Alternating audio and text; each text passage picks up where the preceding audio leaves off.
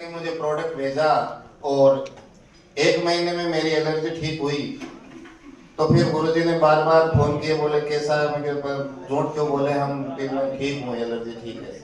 तो बोले सर अभी काम करो। तो काम करने से मुझे डर लग रहा था, क्योंकि मैं जैसे अभी अनुसार सभी बता रहे थे, बहुत सारे लोग पिछली कंपनी से आए हुए थे, तो मैं भी वहाँ बहुत संघर्ष कर रहा था, परेशान था। और मैं आपको क्या बताऊं, मतलब काम करते करते जो मेरे 5-6 बिजनेस पहले चल रहे थे, छोटे मोटे धंधे में करता था, कि तो अमीर बनने का सपना पहले से ही था। तो मिठाई के डब्बे बनाने की एक फैक्ट्री लगा रखी थी, LIC एजेंट भी बन रखा था, इसके अलावा एक टेम्पो अशोक लीलैंड का पिकअप टाइप का वो भी ले रखा था, डेली कलेक्शन भी करता था दुकानों से, एक बैंक में जमा कराता था। तो इस तरह से मैं काफी काम करता था। लेकिन जैसे ही मैंने वो पिछली वाली कंपनी ज्वाइन करी और मैंने सारे धंधे छोड़े, तो जैसे आपको भी पता है कि जब आदमी कोई रनिंग धंधा छोड़ता है तो फिर उसका उधारी और जो मशीनरी सारा डूब जाता है। इस चक्कर में मेरे 16 लाख रुपए का कर्जा भी हो गया।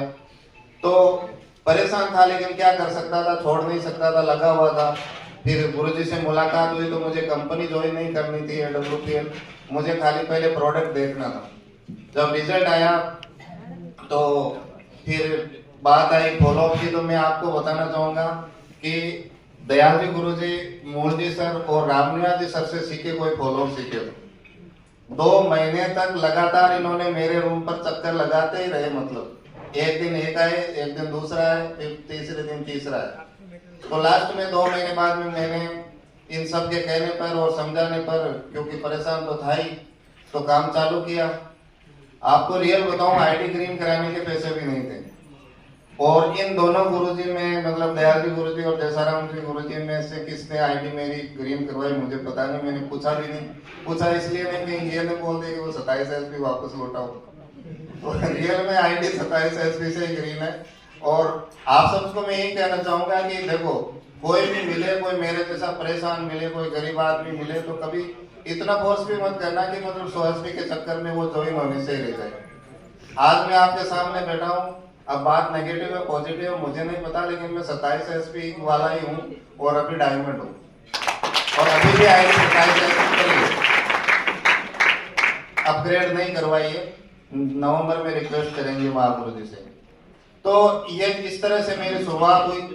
फिर जब मुझे लगा कि काम करना ही है, तो फिर मैंने सारी ज्वाइनिंग इंसेंटिव में डाली। थोड़े दिनों बाद में पता चला इंसेंटिव काफी आगे बढ़ा, लेकिन बोनस रह गया।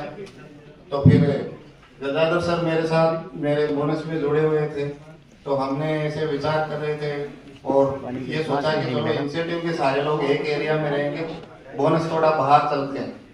तो 2 बैग उठाए, एक बैग सर ने लिया, एक बैग मैंने लिया, और गुजरात के लिए निकल गए थे अनाउन जगह में। अब देखो क्या होता है ना, बहुत सारे लोग बोलते हैं हॉट लिस्ट पे काम करो, अभी कल गुरुजी भी बोल रहे थे, लेकिन कई बार क्या होता है ना कि बहुत सारे लोगों के साथ में हॉट लिस्ट वाले काम नहीं करते। मेरे साथ में मेरे गांव से एक भी बंदा नहीं ज्वाइन है। गुरुजी जयसाराम जी गुरुजी मेरे गांव से ही हैं, उनके साथ खाली मैं एक ही ज्वाइन हूँ। इसके बाद मेरे साथ भी कोई ज्वाइन नहीं हुआ, रिश्तेदार एक भी नहीं है, दोस्त एक भी नहीं है। तो मेरी जो सारी लिस्ट थी वो कोड लिस्ट थी। तो हम दोनों निकले तो 3 लोगों के भरोसे गुजरात निकले थे कि अपने कोई रिलेटिव है उधर रहते हैं, और उनसे संपर्क करके ज्यादा नहीं तो रूम तो ले लेंगे और उनकी पहचान पर काम कर लेंगे, वो काम नहीं करेंगे। और आपको मैं बताऊं, लोग दीपावली पर घर आते हैं, और हम धनतेरस को गुजरात में बारडोली पहुंचे थे। वहां जाके हमने कॉल लगाया 3 रिश्तेदारों को, तो 2 तो दीपावली पर घर आ चुके थे, एक बोला मैं 6 दिन बाद में मिलूंगा। हमने सोचा 7-8 हजार रुपए बचे हैं, अगर 6 दिन बाद में मिलेंगे तो रोज 1000 का खर्चा था होटल का और खाने का, तो ये तो खत्म हो जाएगा, तो फिर परेशान हो जाएंगे। तो फिर मैंने क्या किया कि हमने किसी न किसी से जुगाड़ लगाकर शाम तक सेटिंग करके एक गुजराती से भाई से रिक्वेस्ट करके रूम लिया। उसने एक खंडर टाइप का रूम दिया, क्योंकि वो ससुराल में रहता था, उसका जो प्रॉपर घर था वो बंद था। हम गजाधर सर हम गए, तो मैं तो ज्यादा कर नहीं सकता था, क्योंकि मेरे एक्सीडेंट हुआ ही था, उसमें ताजा ही था, तो घुटना और कुल्ले में टूटा हुआ है, अभी भी ऐसे है, क्योंकि अभी इसका कोई इलाज नहीं है। बोले काटना पड़ेगा इधर से, तो मैंने कहा रहने दो, जैसे चलेगा। भीलवाड़ा चेक कराया था अभी 2-3 महीने पहले। तो गजाधर सर लगे, आधी रात तक इन्होंने सफाई की, वो उससे सामान निकाला, सफाई करी, फिर नहीं हो पाया। बाहर ही खाट लगा के दरी बिछा के एक चादर रखते थे, वो बिछा के हम सो गए। सुबह एक बंदा राजस्थान से फिर आया, वो भी हमारे पीछे पीछे बोले तुम निकल गए तो मैं भी आ रहा हूँ। तो उन दोनों ने सफाई करके रूम लिया। चूहे इधर से उधर घुसते, उधर से निकलते, बालों में लगाने वाले तेल किसी भी नहीं छोड़ते।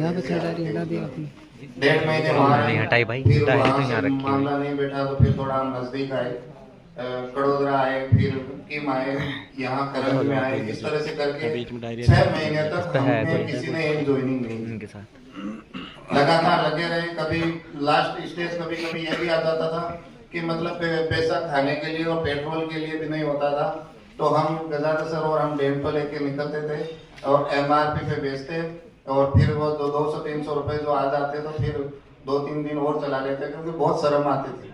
और सर को तो प्रोस्पेक्टिंग करने में शर्म आती। मैं बोलता ना सर वो आदमी अच्छा लग रहा है, उससे जाके बात करो, तो मेरे कहने से रवाना तो हो जाते थे, लेकिन आगे जाके फोन निकाल के जो कान के लगा के उधर खिसक जाते थे, ऐसी हालत थी। तो इस तरह से हमने किया। ये डेंटो वाली प्रोस्पेक्टिंग के माध्यम से फिर हमें लोग मिले, चाय वाले बंदा एक मिला, उससे हमने शुरुआत करी। फिर हमारे परवीन सर, ये भी चाय वाले हैं, ये भी मिले, आज सफाई लीडर है। तो इस तरह से काम करते गए। फिर कैलाश सर मिले, तो इन्होंने तेलंगाना वगैरह उधर बिजनेस पहुंचाया। मैं आपको क्या बताऊं कि मेरी डिक्की में एक चादर और एक दरी हमेशा रहती थी, और मैं और गजाधर सर कई बार है ना कहीं बाहर सोए हैं, मतलब कई बार होटल पे खाना खा के उसी की खाट पे बिछा के भी सोए हैं, कई बार दुकानों के बाहर जो चबूतरा टाइप सा होता है ना, उस पे भी हमने सोए। कई रातें हमने बाहर गुजारी है, मच्छर काटते रहते थे। इस तरह से हमने काफी संघर्ष किया। एक बार तो परेशान होके हमने पानी की बोतल और वो टोल टैक्स पे है ना वो कुरकुरे टाइप के लंबे लंबे से आते हैं, हमारे राजस्थान में भोगले बोलते हैं उसको, तो वो भी बेचने लग गए थे। ऐसी नौबत, मतलब इतना संघर्ष है, क्या बताऊं। कई बार तो 2-3 बार ऐसी नौबत भी आई कि खाने को नहीं है, कुछ भी नहीं है, तो मैं इनको सर को ड्रॉप कर देता था साइड में, आप प्रोस्पेक्टिंग करो, मैं कहीं जाके घूम के आता हूँ। और नहर पे जाके स्कूटी खड़ी करके विचार करता था, यार आज तो खुदा देते हैं इसमें। जैसे कल बुखारिया जैसे राजेश सर बता रहे थे ना, मैंने 3 बार आत्महत्या करने की सोच ली थी कि स्कूटी सहित नहर में कूद जाओ। लेकिन क्या है ना कि बुक्स जो लास्ट स्टेप में कल था कि बुक्स पढ़ते रहो, तो मैं बुक्स पढ़ता था, तो मुझे लगता था कि यार एक प्रयास और करना चाहिए। बुक से मुझे काफी मोटिवेशन मिलता था, तो एक प्रयास और के चक्कर में फिर बिजनेस चल पड़ा। फिर फॉलोअप के लिए हमें कोई नहीं मिलता था, क्योंकि जयसाराम जी गुरु जी फौज में ड्यूटी करते थे, दयाल जी गुरु जी एयरपोर्ट पे नौकरी करते थे। तो फिर लास्ट में हमने सर से रिक्वेस्ट करी, और एक बार तो मैं क्या बताऊं, गुरु जी को मैं स्कूटी पे बैठा के सूरत ले गया। इतने परेशान हो गए। 900 किलोमीटर आप जानते हो, 18 घंटा नॉन स्टॉप ड्राइव करना स्कूटी, वो भी गर्म। तो ये कभी इधर बैठे लड़कियों की तरह, कभी इधर बैठे, नीचे से हालत क्या हो जाती है आपको पता ही है। गजादा सर भी कभी साथ आते, हम तो बोले सर डेंटो लगानी पड़ेगी। ये मेरी हमारी ये हालत हो जाती थी, मतलब इतना संघर्ष। और क्या बताऊं, आज भी मैं वो दिन याद करता हूं तो मुझे रोना आता है कि कभी हमने स्वामीनारायण मंदिर में भी खाना खाया, कभी गुरुद्वारे में भी खाया, और ये संघर्ष करते करते आज लोग बोलते हैं ना कि सर हमारे पास लिस्ट नहीं है। मैंने भी पिछली कंपनी में लिस्ट खराब कर रखी थी, तो ज्वाइन हो गए थे, दोबारा क्या मुंह लेके जाएगी, हमें कंपनी चेंज कर दिया, आप इधर आ जाओ। तो लिस्ट नहीं थी, तो लिस्ट अननाउन लिस्ट पे भी हमने काम किया। फिजिकल एक्टिविटी बात बताऊं तो पोलियो पहले ही था दोनों पैरों में। फिर जैसे ही मैंने SLPS ज्वाइन करा, तो 3 महीने बाद में मेरा एक पिकअप से एक्सीडेंट हो गया था, जिसमें ये घुटना और ये कुल्ला टूट गया था। सर ने बोला ऑपरेशन करवा लो, डॉक्टर ने बोला ऑपरेशन करवा लो। मैंने कहा अभी तो 3 की शुरुआत हुई है, अगर आज ऑपरेशन को लेके 3 महीने घर बैठ जाऊंगा तो पूरा नेटवर्क डूब जाएगा। उस दिन कसम खाई थी कि ऑपरेशन करवाऊंगा तो डायमंड बन के ही करवाऊंगा, और मजबूरी ये है कि डायमंड बनने के बाद में चेकअप करवाया तो बोले ऑपरेशन नहीं हो सकता, क्योंकि तुम्हारे पैर की हड्डियां नॉर्मल है, छोटी है, तो बाकी जो औजार बनेंगे वो बड़े हैं, तो इसको काटना पड़ेगा। तो मैंने कैंसिल कर दिया। दर्द आज भी होता है जब इस करवट सोता हूँ तो। बहुत सारी परेशानी है, मतलब कर्जा 16 लाख रुपए का ब्याज होता है हमारे राजस्थान में, 32,000 रुपए, 2 रुपए सैकड़े के हिसाब से। तो मुझे तो कोई नौकरी देने को लिए तैयार नहीं 10,000 की। आप सोचो 32,000 ब्याज भरो, मूल चुकाऊं, मैं क्या क्या करूं। तो इस तरह से बस खाली एक विश्वास था कि अपलाइन पे भरोसा था गुरुजी पे, दयाल जी गुरुजी का जो मैं आपको बताऊं फील्ड में इनका जो सपोर्ट रहा ना, तो वास्तव में काबिल तारीफ है। और आज मैं जो भी हूँ इनकी बदौलत मैं कह सकता हूँ कि मैं इनकी बदौलत, इस बिजनेस में जन्म मुझे जयसाराम जी गुरुजी ने दिया, लेकिन पाला मुझे सर ने, मैं ये गर्व के साथ कह सकता हूँ। और वास्तव में गुरुजी की, जयसाराम जी गुरुजी की गाइडलाइन में हमने काम किया। मतलब आप लोग बहुत सारे बहाने होंगे कि सर मेरा इंसेंटिव ये बोनस कोई चलाए, आपको मैं बताना चाहूँगा कि मैंने बोनस भी मैंने खुद चलाया, इंसेंटिव भी मैंने खुद चलाया। और कर्जा होने के बाद में, फिजिकल प्रॉब्लम होने के बाद में, सारी प्रॉब्लम्स के बाद में भी मैं लगातार काम करता गया और आज आपके सामने एक डायमंड बन के इस मुकाम पे हूँ। और मैं तो कभी कभी ये मानता हूँ कि मुझे ऐसा लगता है कि सबसे गरीब डायमंड में ही, क्योंकि मैंने जितना भी कमाया वो लगभग कर्जे में चुका दिया। हालांकि गाड़ी ली है, 4-5 तोला गोल्ड भी है, इसमें से छोटे मोटे आइटम लिए, ऐसा नहीं है। और तकलीफें उठाई है, आदत, हम दोनों की आदत पड़ गई थी एक टाइम खाना खाने की, क्योंकि पैसा भी नहीं था। वो आदत आज भी बरकरार है। ये अलग बात है कि आज ड्राई फ्रूट या फ्रूट्स वगैरह सुबह सुबह थोड़ा सा मिल जाता है खाने को। बाकी मैं बताऊं कि संघर्ष बहुत किया था, लेकिन आपको मैं बताऊं कि मैं अगर इस हालत में संघर्ष करता हूं और मतलब इतना कर्जा होने के बाद में, फिजिकल डिसेबल होने के बाद में, ये सारी चीजें होने के बाद में भी अगर कर सकता हूं, तो आप लोग तो मुझे, मेरे से कोई कम नहीं लगता। आप स्मार्ट भी हो देखने में, फिजिकल फिट भी हो, मुझे नहीं लगता कि सर राजेश सर की तरह आपके इतना कर्जा भी होगा मेरी तरह। तो आप बिल्कुल इस कंपनी में आप डायमंड बन सकते हो। और मैं उम्मीद करता हूँ, दुआ करता हूँ कि जैसा प्यार, सम्मान, मान सम्मान आपने मुझे दिया वो आपको भी मिले और आप जल्दी से इस मुकाम पर पहुंचो। साथियों, बताने को बहुत सारी कहानियां हैं। नेटवर्क भी कई बार टूटा है, 2-2 बार मेरा नेटवर्क जीरो भी हुआ है, क्योंकि कई कंपनी दूसरी आई, उसमें भी लोग चले गए। लेकिन मुझे विश्वास था कि पिछला नेटवर्क हमने खड़ा किया तो अब की बार भी हम ही खड़ा कर लेंगे, कोई दिक्कत वाली बात नहीं है। कभी मैं टूटा नहीं, मतलब मैंने अपने आप को कभी माना नहीं। और सबसे बड़ी बात ये, मेरे गुरु लोग है ना, इन पर मुझे बहुत गुस्सा आता था दोनों पर, क्योंकि इन्होंने आज तक मुझे किसी मीटिंग में नहीं छोड़ा। मैं मेरी कामयाबी का अगर राज बताऊं तो यही है, गुजरात से उत्तराखंड बुला लेते थे, बोले आ जाओ।